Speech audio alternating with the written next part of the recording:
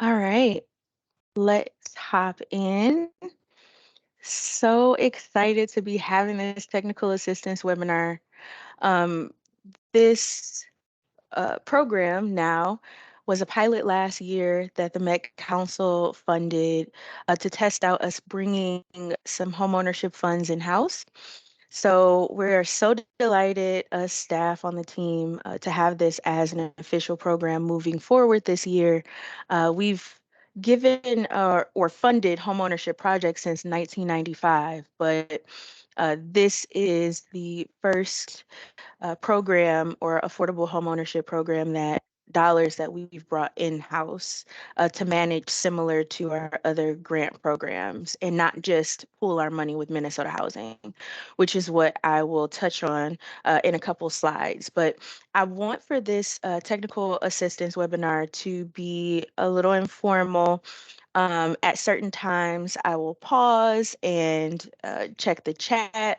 This webinar is being recorded, uh, but feel free to put questions in the chat as time goes on. And when I pause, I think that everyone could unmute themselves if they have a question during those pause periods. But there'll be a time also at the end where I'll allow like camera sharing and all that kind of stuff. So feel free once again to ask questions at any point. So I am Ashley Johnson. I am the program manager of the Local Housing Incentives Account, or LHIA. And once again, this webinar is being recorded, and feel free to jump in and ask any questions. So here's an overview of what we will cover. I'm going to talk a little bit about LCA, who we are, and the and then give you a look into our past projects. Previous to last year, what we looked at in terms of home ownership, and then last year, what we ended up funding in the pilot. And then I'll share some application resources and talk about our application portal, some of the maps that you have access to, even beyond the homeownership program that you could actually utilize across our programs. So here's our little funding ecosystem, if you will, for LCA.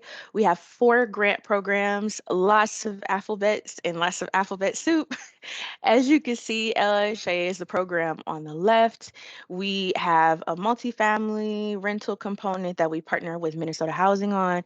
And then we have the homeownership program, which is what we're talking about today. And the goal of LHIA is to provide grants to support affordable homeownership development, and that also includes acquisition and rehabilitation. So once again, LHIA and LCA was born in 1995, and we primarily partnered with Minnesota Housing to fund projects. Later on, the other 3 programs grew from LCA and LHIA. So you can see LHIA in the context of these other grant programs that we have. A lot of projects will apply, especially multifamily, to a number of these projects, and we are fine with funding or co-funding projects that we we support just our priorities, the grant priorities support across the board.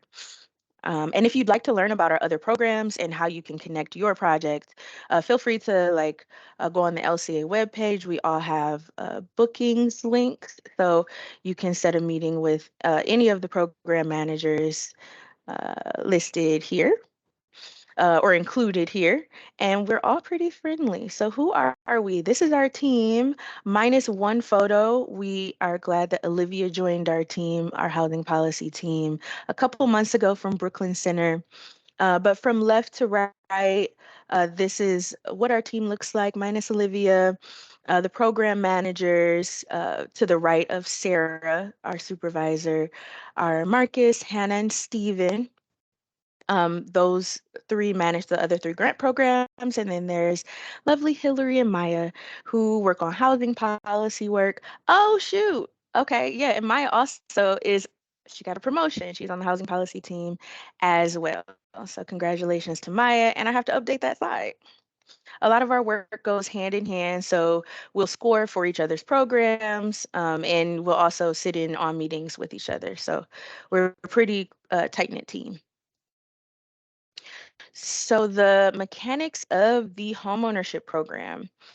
So the grant terms, last year we had 2 million, this year we'll have 2.9 million. It's still a 3-year grant term with a 2-year extension if needed. There is no project award cap or limit based on geography.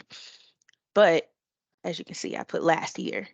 Last year was a little special. It was a pilot year for us, and we didn't expect to get as many applications as we did. We probably thought we'd get like 3 or 4, but we ended up getting 16, which is really great for me, but also it was a lot of work. And we felt compelled to actually think about ways to get more homes in more places across the region.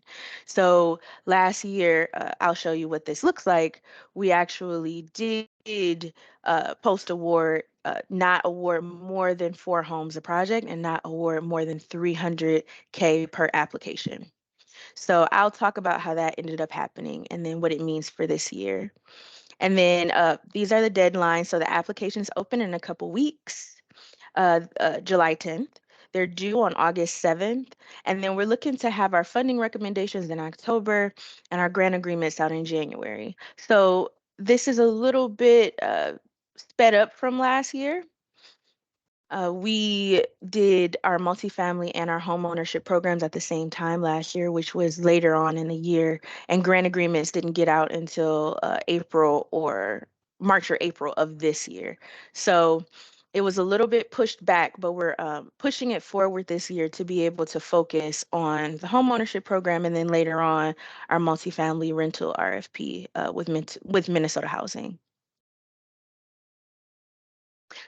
So, okay, I'll pause after this slide to like poke in the chat and if anybody has any questions. But this is the project eligibility. So the way that LCA and LHIA and the other grant programs work is it's a partnership between the communities and us as regional governments. So technically, the cities or the development entities are the applicants to our program. The goal of LCA is to meet the housing goals for communities that agree to work with us across the region. So we have, we forecasted affordable housing need, how many units we project to see between 2031 and 2050. I know that's a lot to kind of take in, but based on those projections that we've had, we support communities or cities reaching those goals that we've put out with funding from said cities. So it's kind of like a hamster wheel. And we like to know that the cities also have skin in the game, and that is the dollar for dollar match. I will say that we are trying to work in legislature to get the dollar for dollar match taken away. It is a barrier for a lot of applicants, and it does provide another hurdle for us when we're trying to think about awarding projects. But for now, we still have the local match. Um, and also the projects need to be for home ownership projects for households earning 80% of AMI or less. Previously, when partnering with Minnesota Housing, we funded up to 115 AMI, but for this particular program, looking at 80 AMI or less with a minimum affordability term of 15 years. And in the application and in the chat, we could talk about what that means and what we're looking for in terms of affordability term. We were able to get a little flexible last year in terms of funding like manufactured housing projects and thinking about what that means in terms of affordable restrictions. But um, yep, 15 years. And we're looking for some sort of home stretch or homeowner education, specifically for first-time home buyers. And we have a criteria for program partners or development teams that prioritize first-time home buyers. So I will pause there and I'm gonna check the chat and then feel free to like unmute yourself or hop in if you have any questions about project eligibility or like the program deadlines or the grant terms, feel free to hop in. Oh, I see Laura. Yep. And thanks, Maya, for answering that question. This is a completely separate program, standalone application. Um, I'll put like a little caveat that it's extremely short. Like it's really short. And it's better than last year. Last year we was the first year that I was in web grants, and it was very, very tough.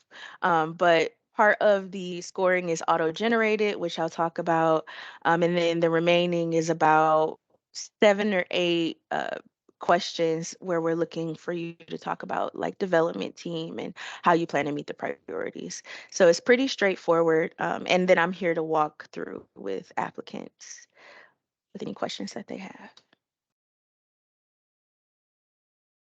Okay.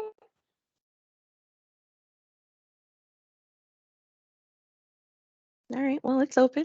I'll keep navigating. Next is the eligible activities or what you can spend the money on. Um, so acquisition, site or structure, you do not have to have an address yet. You don't have to have a site selected yet. There were applications, about half of them did not have sites selected yet. They just say, hey, we want to propose these sites in this particular city, or in multiple cities in the case of like a Twin Cities Habitat for Humanity, or other kind of like counties when they're combining on applications. We had some really exciting Anoka, Dakota County kind of collaborations, or Washington come through last year. So you don't have to have a site or a structure already acquired. You just have to actually explain to us what you plan to do to acquire the lots or to acquire the structures that you hope to rehabilitate. And then site preparation, rehab, demolition, affordability gap, all things that we fund and support. So primarily hard costs, and then that site or structure acquisition. And I'll put a note there for acquisition. It's the one thing that we fund up to a year before award date. So if you acquire a home or a lot as a local staff member or like as a local entity or as a developer development team, uh, you can submit the appraisal for that, and basically there wouldn't be any grant monitoring after we would provide those grant funds uh, up front, depending on what the appraisal is, will depend on what the amount is. And then a lot of people use it for a site or structure acquisition for that reason, because then there's no subsequent grant monitoring for a number of years. So that's something that I like to kind of add in. We also consider donated land as a part of the local match, the appraised value of donated land, and a number of other things like CDBG or TIF or home. So we kind of try to be flexible about the local match and about what we can use it for and what we can fund in terms of acquisition to get around the fact that there's a number of sticklers in this government program. So the grants are dispersed on a reimbursement basis. There are certain cities that will give money up front and then wait for the Met Council to then review what activities were done, and then we'll pay out that money. So it is reimbursement based, um, similar to our other grant programs. And we do offer orientation with the project team after awards are made. Okay, yep. Can you repeat the timing of purchasing a site up to? Oh, yep. So after we make awards, and let me hop back here. So after we make awards, which this year would be, we're looking at October. After we actually make those awards in front of council and they're approved, that is considered the award date. and backdate it a year from that date, any acquisition that took place can count as the local match. So if you, as a developer, received a lot, say from Minneapolis Homes or from a county within that year, that can be considered the amount, the appraised value can be considered your match. Um, or any money that's been sunken into the project from the county, the city, the development authority. We actually consider that as the workbook come in. And even though one person has to be the applicant, we can consider local funds from that particular entity that can come from a number of different sources. I know that's kind of murky, but we can kind of untangle it. But thank you, Laura, for that question. And as time goes on, I'll try to remember little quirks like that. All right. So our homeownership program, after bringing the money in house, or as we brought the money in house, we thought about what we wanted our program priorities to be, and we chose geographic choice and racial equity. And at this time, when we were proposing the pilot, Tara Beard, who's now at the City of St. Paul, pushed really hard for these priorities to be what they are. So the scores related to these program priorities are auto-generated, and I'll show you what that looks like. We have a map that already has all the data behind it between geographic choice and racial equity. So as an applicant, you don't necessarily have to calculate anything in reference to these two priorities. All of the calculation has already taken place. But as an applicant, you can also click around the map and be like, hey, it's easier to get more points in Bloomington than it is in Minneapolis or something like that. So that is available to you. And I put it in the chat, but I'm not sure if previous chats are actually accessible. So I'll um, or Maya, if you could actually, or I don't know if you were in here back then. I Um, dropped it in. oh, thanks, Maya. Yep, that's the map that I'm talking about. So Maya and Tara were just clicking away and putting together all this great data that we're trying to keep updated on the cost of single family homes in the region, the median home sale price, BIPOC ownership, and home ownership disparities across the region. So that's all data that we have collected to put in that map. And we're using it to generate kind of the base scores for this program.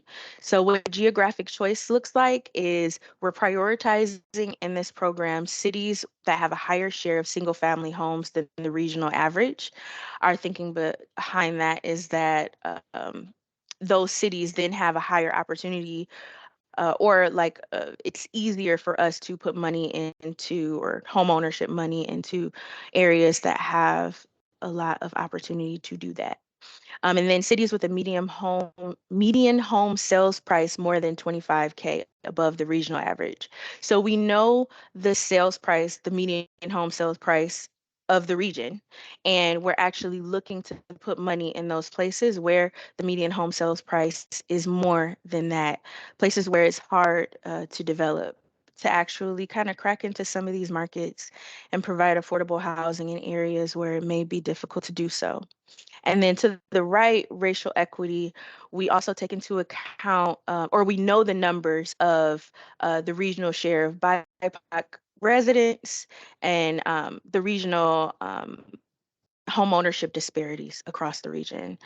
So we've averaged that, and we're prioritizing cities that have a higher share of BIPOC or residents of color, and we're prioritizing cities that have higher home ownership disparities than the regional average. And I will say that data is a bit surprising to me, at least. I'm from Detroit, and I think of home ownership disparities a particular way, but in this region, it actually looks very different. So I encourage you all to kind of look at that map and click around for reasons beyond this grant program.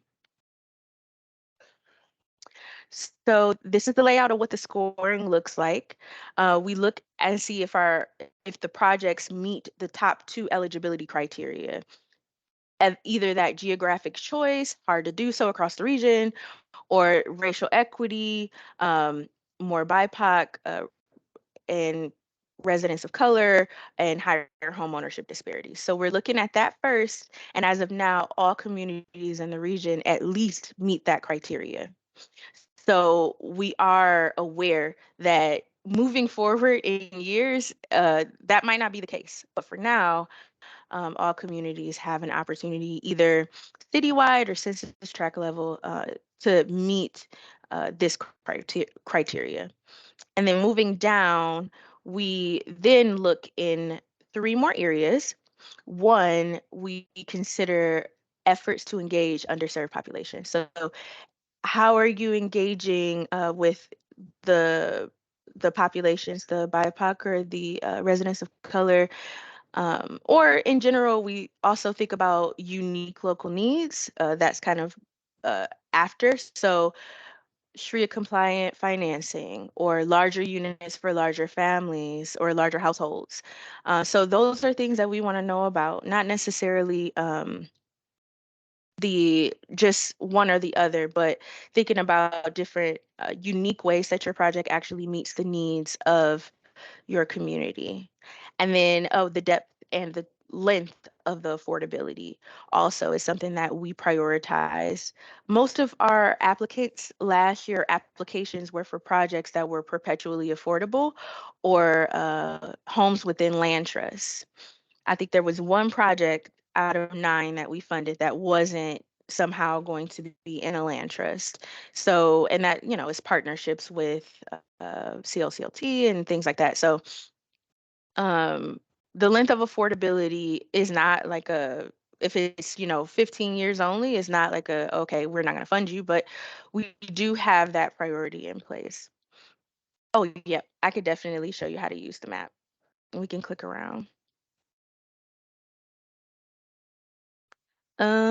And lastly, before I pause here, because I think next, yeah, we're going to talk about the actual funding recommendations that happen. So this is what the scoring looks like. And so this first part, the auto-generated geographic choice and racial equity, I'll show you what that map looks like. That's 17 points. And then we have the equitable access points, 11. So those are the points where we talked about how the development team actually wants to consider access to home ownership in the city. And then unique needs and affordability. We talked about those unique needs and then affordability terms. So this is how it breaks down.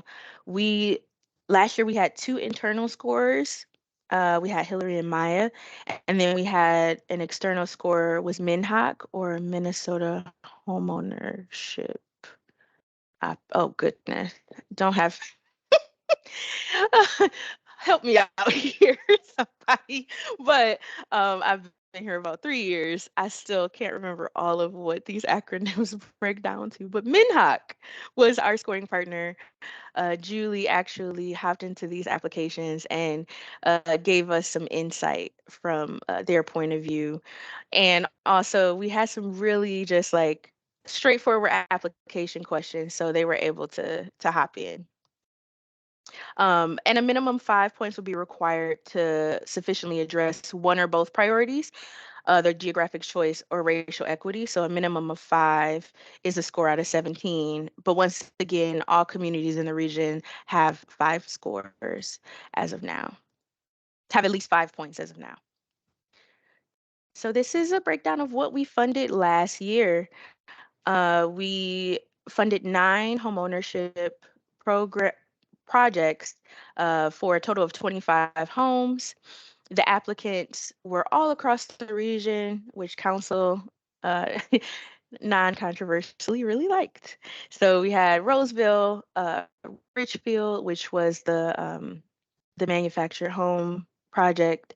That was really cool. Woodlawn Terrace, Chaska, Golden Valley, Eden Prairie, Bloomington. And you can see what that funding cap looked like at the end.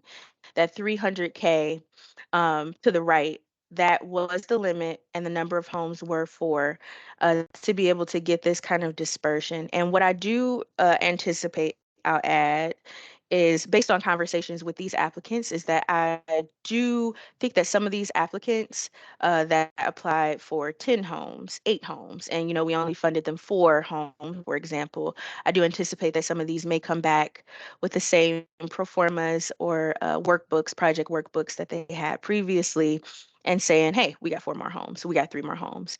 So in terms of competition, that's something to think about. But if you set up a call with me, one thing that I've been able to do is kind of simulate based on last year's awards that we made, where your project would fall if it came in last year. So that's something that has been kind of helpful to frame, like if it's worth actually applying, even though the application is pretty simple. Yep, so we had 2 million this year. We expect to have a million more. And I think that's all I really wanted to say about this slide. But I'll show you what those projects look like. So this is like a general slide that I use to show you the range of developments that we support. We do attached, detached townhomes. Twin homes has been increasingly popular, single family scattered site, and then we've done like some historic preservation, accessory dwelling unit type things. So these are awards prior to the pilot, and I'll hop around and show you some what these projects kind of looked like in terms of funding or images or anything like that. And these are the application resources. Maya has done a great job of providing like our project data profile mapping tool, the make a map option, this the map that Maya put in the chat. All of these she created for our specific grant funding programs and for us to evaluate applications. So we have all these different tools. You can check out like LHIA information on the program webpage. I'll show you what our program essentials looks like. And then all the webinar recordings are on there, including mine with Minnesota Housing potentially. I think we sometimes swap those out. But um, on the right, it also talks about our resource pages using web grants, which is our application portal, and then general like policy guidelines and overviews of our grant process. So this recording and the PowerPoint will be available to you or sent to the attendees and emailed out after the webinar. So you'll have all of these links that exist in the PowerPoint. So that is it for this slide deck. I did want to hop and show you all what some of the projects looked like last year. Let me see if that's easy. All right, and this is from a project evaluation slide deck.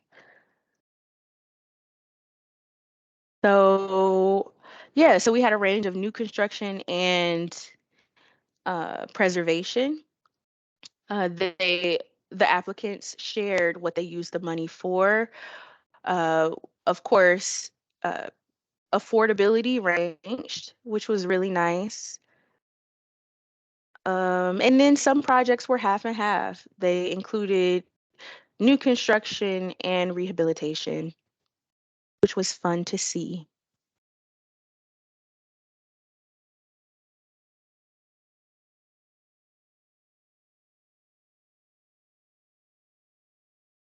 And I don't think that there is. Oh, so this was the Anoka and the Washington County collaboration application from Twin Cities Habitat for Humanity. Twin Cities Habitat for Humanity was a partner on a lot of our applications. Um, and that's neither here nor there. I know that it's tough for new developers to actually break into receiving grant funds, but I'm hoping that me, being available and us walking through this application process. If you are a new developer or if you are new to LHA applications, uh, so we can kind of think about ways to support newer or emerging developers as they attempt to apply for grant funds.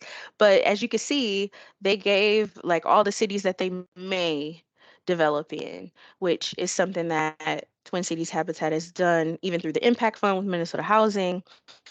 So just to show you what you could do um, for projects.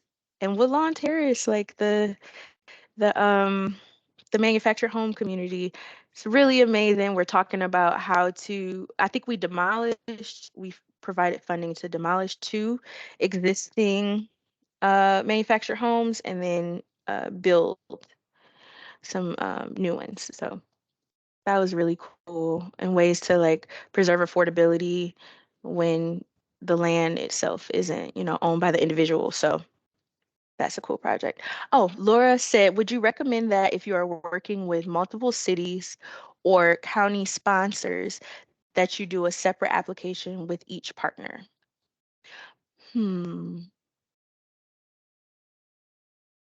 I think it depends on which partners you choose. So let me go back to like Anoka and Washington. Like Twin Cities Habitat has a relationship with Anoka and Washington. You know what I'm saying? So they were able to work with both and say, okay, Washington County is going to be our point county for receiving grant funds and for being technically the applicant. So there can applicant.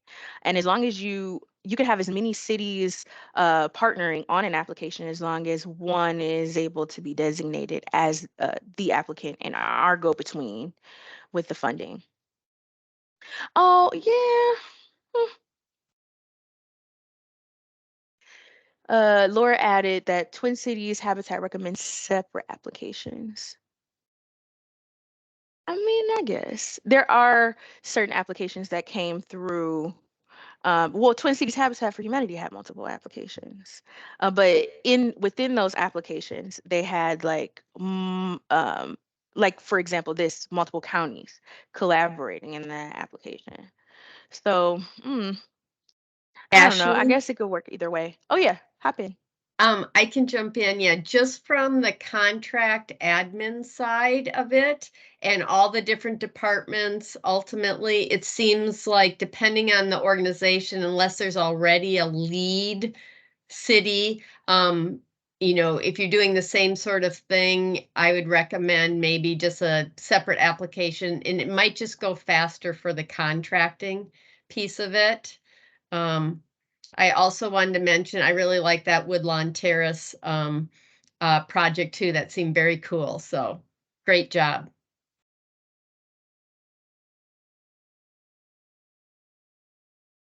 Ash, you're on mute. Sorry. Thank you, Maya, because I was just going. I'm like, oh, thanks, Laura. Yeah, that information is really helpful and that background. So thanks for hopping in there. And I am going to pause here before I show the two resources that I really want to highlight. The program essentials document that we have on our website, and then this map here.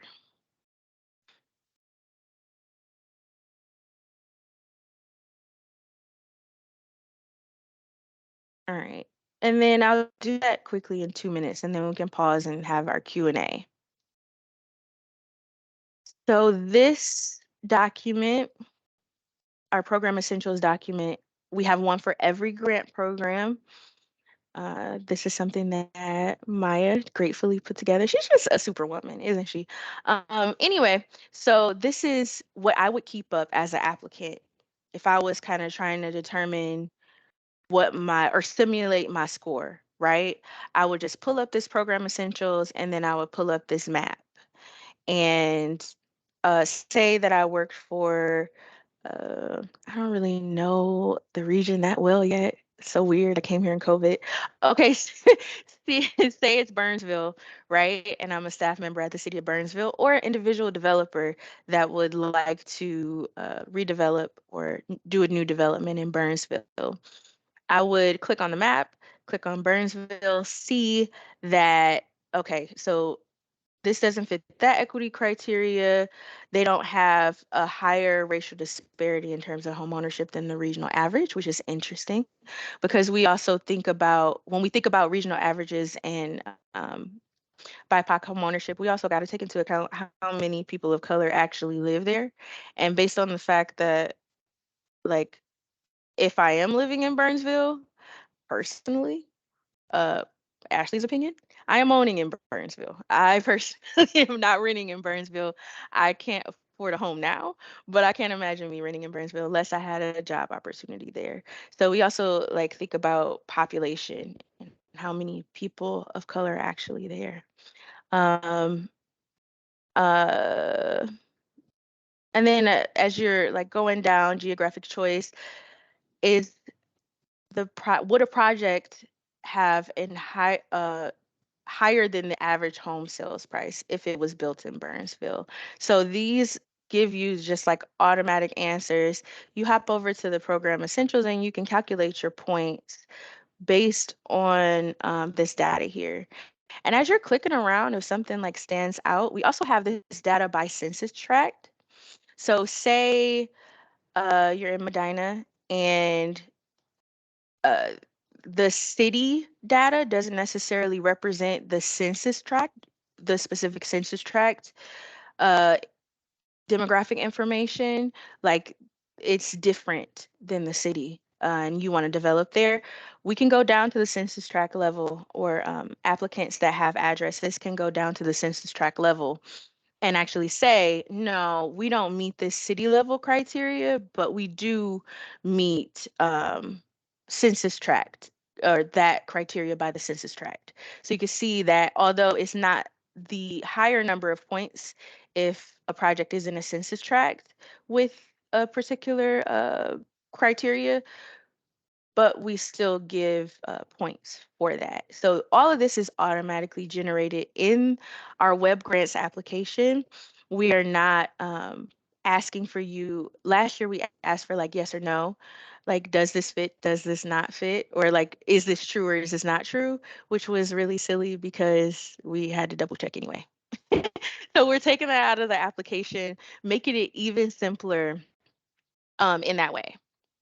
And I think, is there anything else I wanted to share about this map? Or Maya, if you wanted to hop in and share anything about the resources that we have, feel free. Uh, I will say that this other efforts up to 11 points, this was a little tough for our scorers this year. So if you are interested in applying this year, really, think about that other effort or the equitable access to home ownership in a creative way. We did have some really good applications like Roseville that, they're having their new home ownership program launch, Golden Valley. So they talked about their own, journeys in trying to increase access to home ownership in those cities. So just knowing that was really helpful, and it helped us frame, okay, this is what you're doing, or this is what the city is doing as a whole to improve access to homeownership, and then this is where this particular development fits in that. All right, so I want to stop sharing my screen, and then we can talk about some things. Mm, things. Okay, so you should be able to unmute and you should be able to hop on camera if you choose. Oh, more. Yep, the Hillcrest. Thanks, Laura. The Hillcrest Heights Golf Course redevelopment census tract may give data that does not align with the intent of the map. Yep, since it was originally a golf course. That is a really good example. A really good example. Yeah, and especially for larger. larger cities, more dense. Like I'm thinking about the city of Minneapolis. Like, yeah, we definitely looked at census tract levels for the CLCLT application for that reason. Right. Anything else? Feel free to ask questions, hop in. I think that's all I have. I'm trying to think if there's anything. Um, oh, I will say I'm available in terms of putting an appointment in my calendar on Calendly. So I'll put the Calendly link for my calendar in the chat. You can set a meeting with me right there based on if you could find a time or a day that works for you. And if not, feel free to send me an email. We do have a database of all of the city contacts for who typically works with our grant programs in these cities across the region. So say you are a newish developer or an emerging developer and you'd like to partner with a city that you've never worked before in order to get that receptivity form signed or that the form that actually says, hey, as a city, we would support this project with matching funds. Say you don't have any ties in Burnsville. Well, we most likely have, a staff member at the city of Burnsville, if they haven't left, um, that we could connect you with. And you could say, hey, I'm interested in applying for LHIA. Would you be interested in partnering with me on a project? Do you have any emerging projects that you need a development team for, developer for, or I have this proposal? Is this something that the city would be willing to support? I saw Maya put something in the chat. Oh, nice. Yeah, Maya put in the chat if you have any questions about a location and how it would fit the criteria, whether it's census tract or a city as a whole, or an anomaly like the above example that Laura talked about, feel free to reach out to me, Ash, or Maya. So we're both here to kind of support. And this bringing money in-house definitely gave me a more hands-on relationship with developers and development teams. So it's really a relaxed, like if you have an idea, you could shoot me an email. I can be like, oh, this would fit into the criteria, or oh, we've never funded something like this before. We did have a condo application come through last year. That was a really great application, but he didn't have the support from the city of Minneapolis. So that local match, it gets sad because his project would have been funded. It would have scored really well, but we could not yet get that local match, those local match dollars secured.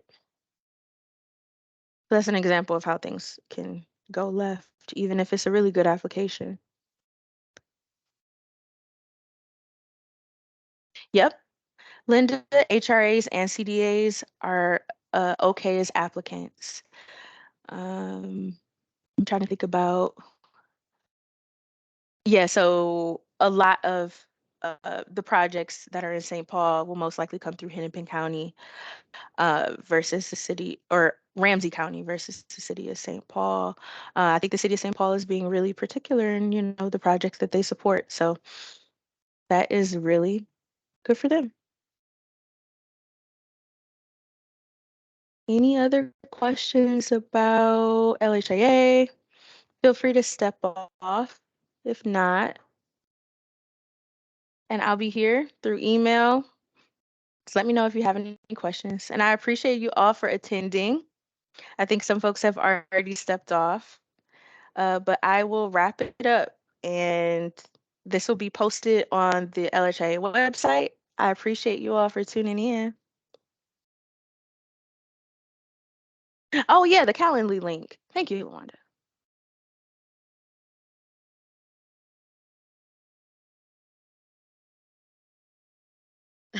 Ash, I totally already dropped it in the chat.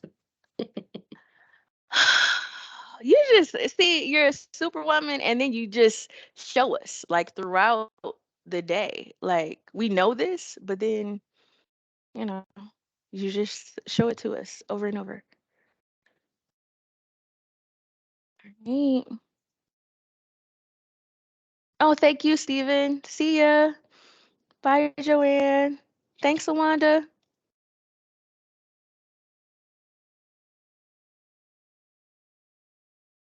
Thanks so much, Ashley. We really appreciate it. Appreciate all the information and answering all the questions I put in the chat. So thanks so much. Oh, Signing off. yeah. See ya, Laura. Bye.